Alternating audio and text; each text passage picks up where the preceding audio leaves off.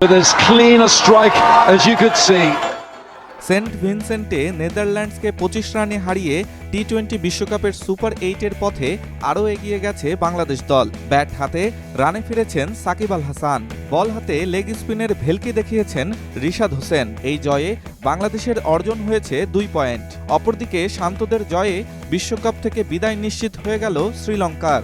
শুরুতে 2 ওপেনারকে হারালেও মিডল অর্ডারে কার্যকর দুটি জুটিতে জয়ের সম্ভাবনায় জাগিয়ে তুলেছিল নেদারল্যান্ডস। 3 উইকেটে তাদের স্কোর ছিল 111 রান। জিততে প্রয়োজন ছিল 33 বলে 49 রান। দলের সামনে হারের চোখ রাঙা নেই। তখন দায়িত্বটা যেন নিজের কাঁধে তুলে নিলেন রিশাদ হোসেন। পরপর 2 ওভারে 3 উইকেট নিয়ে লন্ডভন্ড করে দেন ডাচদের ব্যাটিং অর্ডার। এরপরই 6 রানে তারা হারিয়েছে 4 উইকেট। 160 রানের লক্ষ্য তারায় নেমে 8 উইকেটে 134 রানে থেমে যায় নেদারল্যান্ডসের ইনিংস। 23 রানে 2 উইকেট হারিয়েছে নেদারল্যান্ডস। পাওয়ার প্লের প্রথম 4 ওভারে 4 বোলারকে ব্যবহার করেছে বাংলাদেশ। সফল হয়নি কেউই। নিজের দ্বিতীয় ওভারে প্রথম ব্রেক থ্রু এনে দেন তাসকিন আহমেদ। কাভারে তাওহিদ হৃদয়কে ক্যাচ দিয়ে লেভিট ফেরেন 16 বলে 18 রানে।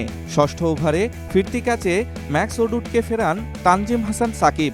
দ্রুত 2 ওপেনার মাইকেল লেভিট ও ম্যাক্স ওডুডকে ফিরিয়েও স্বস্তিতে ছিল বাংলাদেশ দল। বাংলাদেশের বোলারদের ওপর পাল্টা আক্রমণ চালিয়ে চাপ সামলে তৃতীয় উইকেটে 23 বলে 37 রানের দারুণ এক জুটি গড়েন বিক্রমজিৎ সিং ও সাইব্র্যান্ড অ্যাঙ্গেলব্রেক্ট। দশম ওভারে বিক্রমজিৎকে ফিরিয়ে দলকে ব্রেক থ্রু এনে দেন মাহমুদুল্লাহ রিয়াদ। চতুর্থ উইকেটে স্কট অ্যাডওয়ার্ডস ও অ্যাঙ্গেলব্রেক্টের জুটিতে জয়ের আশা জাগায় নেদারল্যান্ডস। 22 বলে 33 রান করা অ্যাঙ্গেলব্রেক্টকে ফিরিয়ে 42 রানের জুটি ভাঙেন রিশাদ। একই ওভারে ফেরান বাসডিলিটকেও। পরের ওভারে মোস্তাফিজুর রহমান আউট করেন 25 রান করা অ্যাডওয়ার্ডসকে। তারপর আর ঘুরে দাঁড়াতে পারেনি ডাচরা।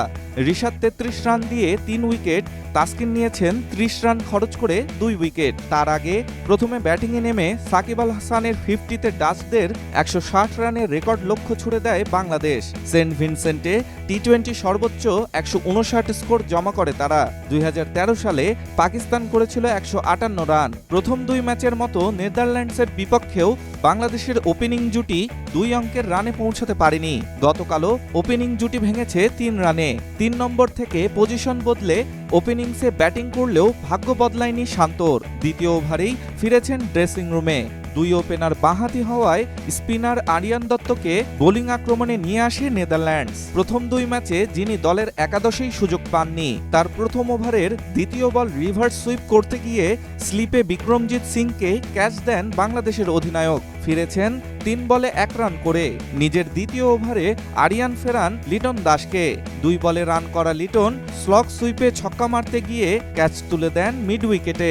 স্কোয়ার লেগ থেকে মিড উইকেটে ছুটে গিয়ে ডাইভ দিয়ে অসাধারণ ক্যাচ নিয়েছেন সাইব্র্যান্ড অ্যাঙ্গেলব্রেক্ট। 23 রানে 2 উইকেট হারিয়ে বিপর্যয়ে পড়ে বাংলাদেশ। তৃতীয় উইকেটে তানজিদ তামিম ও সাকিব আল হাসানের দারুণ ব্যাটিংয়ে শুরুর বিপর্যয় সামলে উঠেছিল তারা। এর মধ্যেই নিজের উইকেট যেন অনায়াসে দিয়ে ফেরেন তামিম। লেংথ থেকে কাঁধ পর্যন্ত লাফিয়ে ওঠা বলটা পুল করে ডিপ ব্যাকওয়ার্ড স্কোয়ার লেগে বাসডিলিটকে ক্যাচ দেন এ বাঁহাতি ওপেনার। দলীয় 71 রানে তৃতীয় উইকেট হারায় বাংলাদেশ।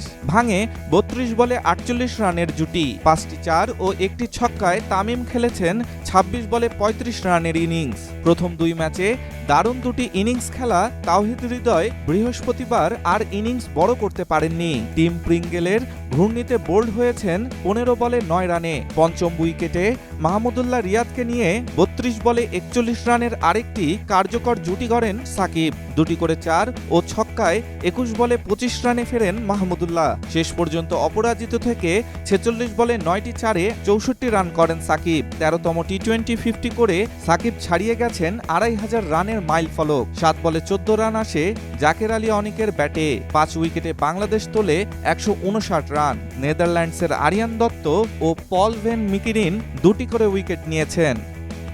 ডেস্ক রিপোর্ট, স্টার সংবাদ।